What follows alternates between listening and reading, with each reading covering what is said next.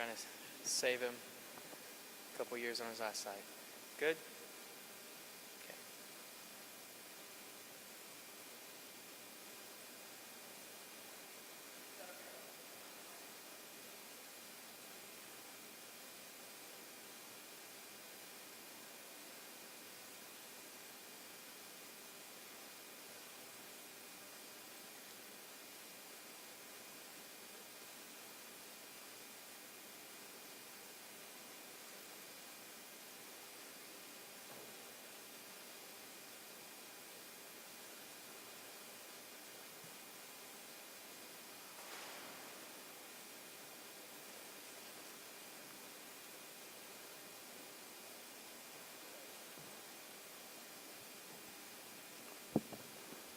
Well, good afternoon, everyone. Let me just thank you real quick for being with us this afternoon. I know this was short notice, but Commissioner McMurray and I wanted to give you a quick update on the situation with the bridge that got hit early this morning on I-16.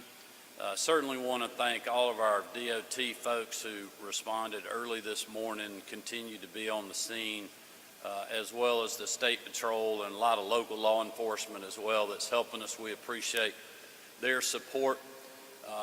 Obviously, I've been in touch with Commissioner McMurray and DOT since early this morning. I've also spoken to and left messages with the local governments in Adrian, Georgia, and Soperton, offering our assistance as well, and just making sure that they knew that I was aware of the situation that's going to create some dynamic traffic issues in a couple of small towns in rural Georgia that we're committed to helping them deal with while we're dealing with the situation on the bridge. Thankfully, no one was hurt or killed in this incident, which is a miracle when you see what happened. I think obviously this happening in the wee hours of the morning was a big part of that, but we're lucky in that regard.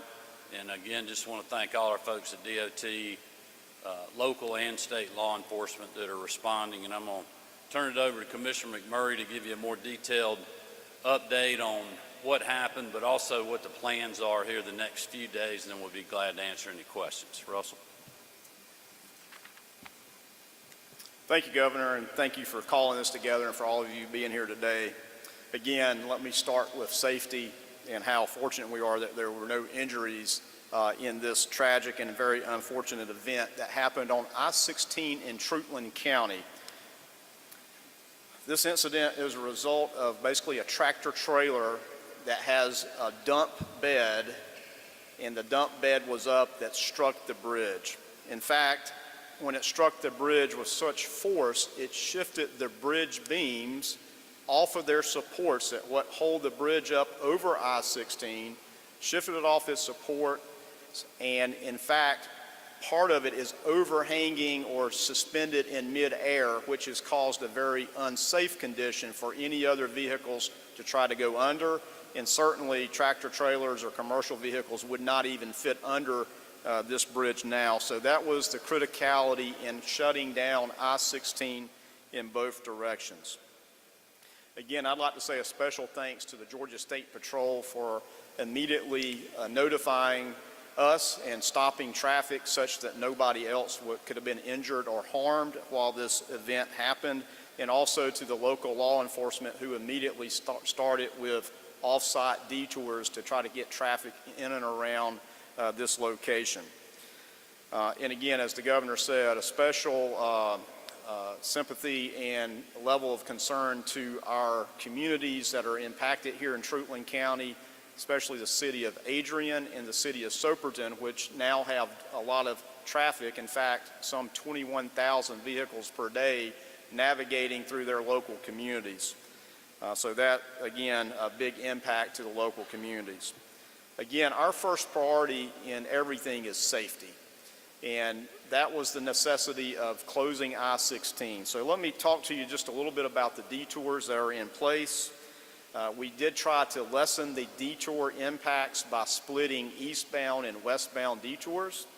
The westbound detour, which would be coming from Savannah toward Macon, starts at exit 78, turns on US 221, works its way over to US 80, goes through Adrian and then turns left onto State Route 15 where you re-enter on exit 71 on I-16. So basically a 7-mile detour along I-16, but that's about a 24-mile detour on these roads, so a significant detour distance.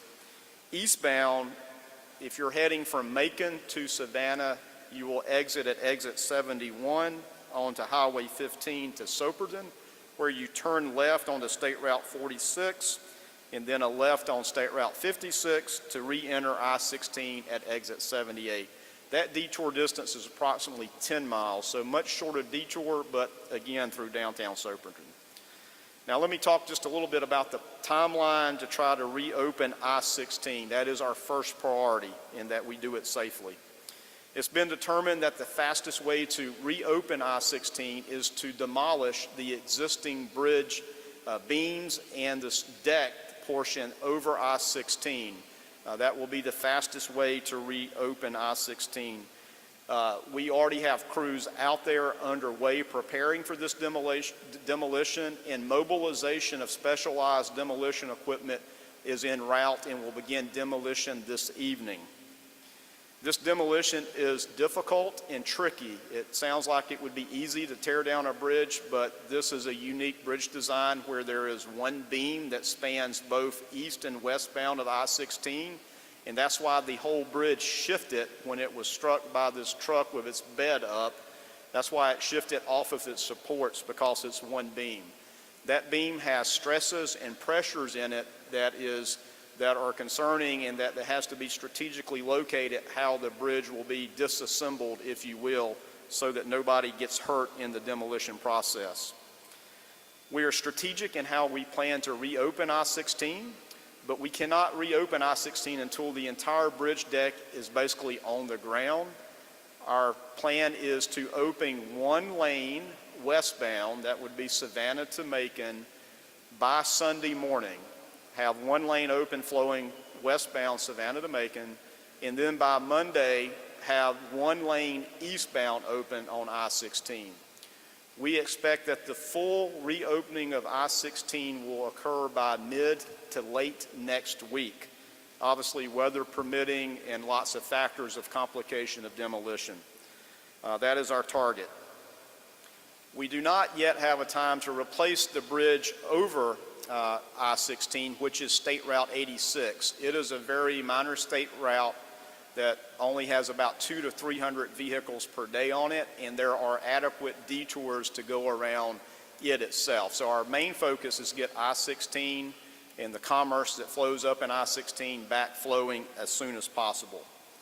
We ask that you all use our social media channels, our Facebook and Twitter accounts. Use your traffic apps and plan ahead if you have to travel to Savannah, or if you're in Savannah and you need to travel back towards central Georgia to Macon.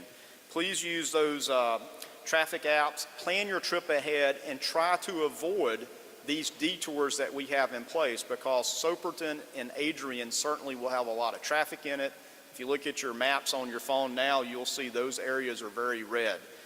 So we hope that this planning ahead will lessen the impact on these local communities, while we strive hard to have traffic again westbound one lane opened before Sunday, and one lane open Monday eastbound, which will certainly relieve the local communities. Again, safety first. Please be mindful of law enforcement that are still working the detours, the construction workers that will be on site working to disassemble this bridge and get the lanes open as fast as possible. So please be diligent and safe as you maybe travel this area, and again, plan ahead. I'd like to thank Governor Kemp again for pulling this together today, and we'll be glad to take any questions or comments you may have. Yes, sir. This may also be a question for the Georgia State Patrol, but are there any fines or tickets or charges or penalties that might be involved here as a result of this accident? Yeah, so we will certainly be cooperating and find out what goes forward as it relates to any penalties or fines to this. We certainly will be looking for the insurability to the state for this as well, which is not uncommon where we do have other vehicles to strike bridges, so we do usually look for the insurability from that point of view. And if I may follow up on what you explained earlier, can you kind of walk us through again your understanding of how this happened in the first place? Yeah, so again, how this happened is apparently that the tractor trailer has a dump bed, which is similar to a dump truck, but only in the size of a tractor trailer, and it appears that it was raised, and which then struck the overpass bridge, the bridge passing over, and it struck it on the beams which hold up the bridge deck. The vertical clearance of our bridge is 17 feet. The vertical top of a tractor trailer is usually 13.6, and the minimum standard for design of a bridge is 16 feet. So we're about a foot above the minimum design, but well above the normal height of a tractor trailer. And Governor, if I may ask you, have you been in touch with the ports? How is this impacting transportation in and out of the ports of Savannah and elsewhere? I have not spoken to them, but Russell updated me this morning, and he has spoken to Griff down at Georgia Ports, obviously letting them know this is going to be really a logistics challenge for a lot of container traffic that's coming out of the port when you have detours that the commissioner just talked about. But we're going to help work with them to manage. That's why law enforcement's going to continue to be on the scene. But also want to just thank DOT and State Patrol for their swift response. It's pretty amazing that this happened at 3 o'clock this morning, and if everything goes right, we'll start tearing the bridge apart tonight, which is incredible. And obviously this is a team that unfortunately is very experienced in having to deal with things like this, if we all remember the I-85 fire and bridge collapse here in the metro area. So I guess that is a priority of the state, is getting the westbound lane open first to accommodate perhaps all of the truck traffic that needs to get out of the ports. Yes, westbound is a priority for a number of reasons. One is the freight flow from the Savannah port into Middle Georgia and Metro Atlanta, but it's also the side that was struck. It's the lowest hanging, if you will, toward the ground, and so strategically for traffic movement, but also for criticality of safety, that's what needs to move first, westbound. All right, thank you, everybody. Thank you. Eric.